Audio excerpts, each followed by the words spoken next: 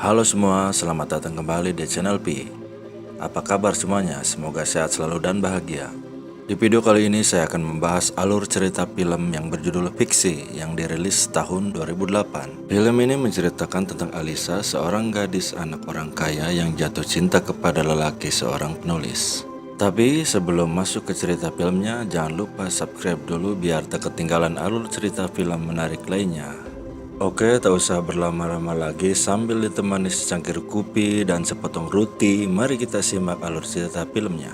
Awal cerita, seorang pembokat masuk ke kamar Alisa dan mengajak Alisa untuk sarapan karena ayahnya sudah menunggu di meja makan. Awalnya Alisa nggak mau, tapi karena si pembokat terus memujuknya, dengan terpaksa Alisa pun mau. Ketika di meja makan, Alisa bukannya sarapan. Dia hanya memperhatikan ayahnya yang lagi menyantap roti. Tak lama pun Alisa berbicara pada ayahnya bahwa dia bosan setiap hari di rumah dan ingin kerja dan punya kegiatan, atau setidaknya Alisa bisa ikut ketika ayahnya berangkat kerja. Intinya Alisa ingin bebas guys. Awalnya ayah Alisa melarangnya karena dia takut Alisa kenapa-napa. Tapi ketika Alisa menyinggung tentang perempuan yang suka dibawa ayahnya atau selingkuhannya lah, akhirnya Alisa diperbolehkan.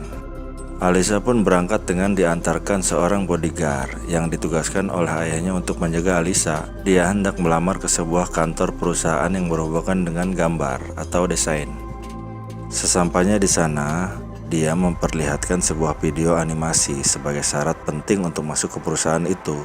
Tapi ketika melihat persyaratan yang diajukan oleh Alisa kurang memenuhi kriteria perusahaan itu, maka pihak kantor menolak. Alisa pun bertanya kenapa bisa ditolak, tetapi sebelum berbicara panjang lebar, Pak Bambang menelpon ke pihak kantor dan memberitahu Alisa itu dari keluarga siapa. Belum tahu dia berurusan dengan anak siapa. Akhirnya pihak kantor pun menerima Alisa untuk bekerja di perusahaan itu, tapi Alisa gak mau. Dia bisa terima di perusahaan tersebut karena mengatasnamakan keluarganya.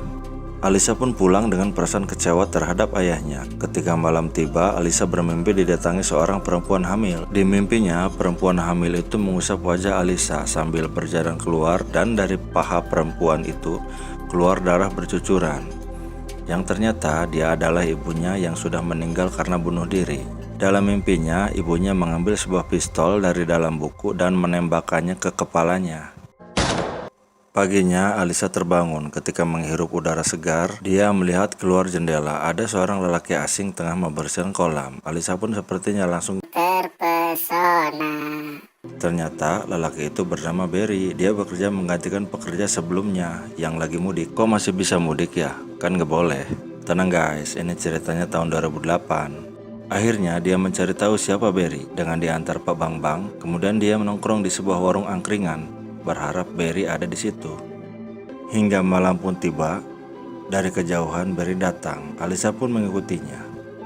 Sampai di suatu rumah susun, ternyata Barry tinggal di sana guys, bersama pacarnya. Singkat cerita, Alisa kabur dari rumah dan dia pun menyewa kamar sebelahan dengan Barry. Pada suatu kesempatan dia bertemu dengan Barry dan pacarnya. Akhirnya mereka pun akrab.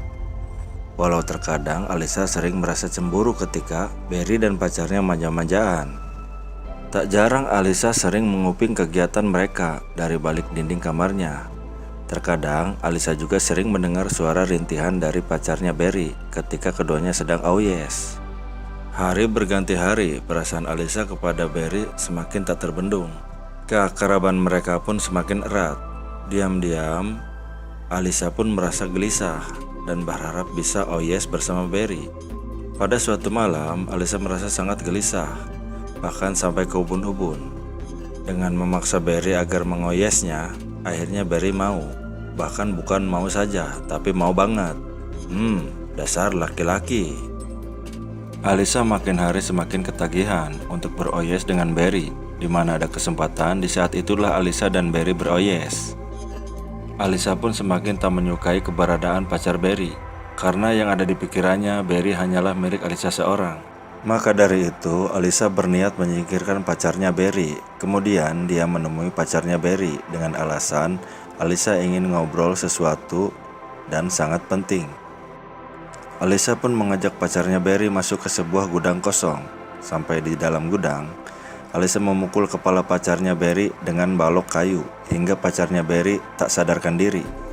Begitu tersadar, pacar Barry sudah dalam keadaan telanjang. Oh, maaf. Maksudnya, begitu tersadar, pacar Barry sudah dalam keadaan mulut dilakban, tangan dan kakinya terikat. Dia pun berusaha berontak untuk melepaskan diri, tapi apalah daya, darah sudah banyak keluar dari kepalanya dan akhirnya dia pun modiar. Barry mulai curiga kepada Alisa. Semenjak kehadiran Alisa, banyak kejadian aneh dari orang gila yang tiba-tiba lompat dari atas gedung, kucing dan pemiliknya mati. Dia pun menjadi teringat dengan pacarnya yang sekarang hilang kontak. Kemudian Barry menemui Alisa dengan perasaan marah. Dia menanyakan di mana pacarnya berada, tapi Alisa tak memberi jawaban. Malah dia berterima kasih karena dirinya sudah dilibatkan dalam tulisannya Barry.